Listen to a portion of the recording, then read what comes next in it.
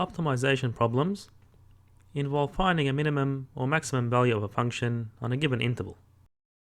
So these will typically be presented as worded problems, and you'll interpret those worded problems into functions. And in general, the function you'll be dealing with is a function of an independent variable, and it can also be a composite function of a dependent variable y, which is also a function of the independent variable x.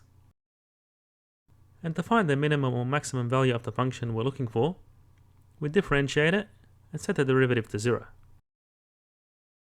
So that gives you your critical point, and then you can differentiate again, assuming that the function is twice differentiable,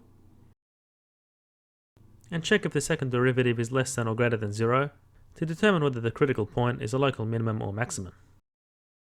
So the optimization problem may also be subjected to a constraint. So for example, you may be restricted to some interval over a function's domain. So here is a typical example.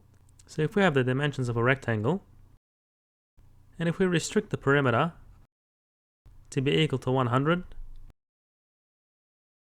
and what we want to do is maximize the area. So the area is xy.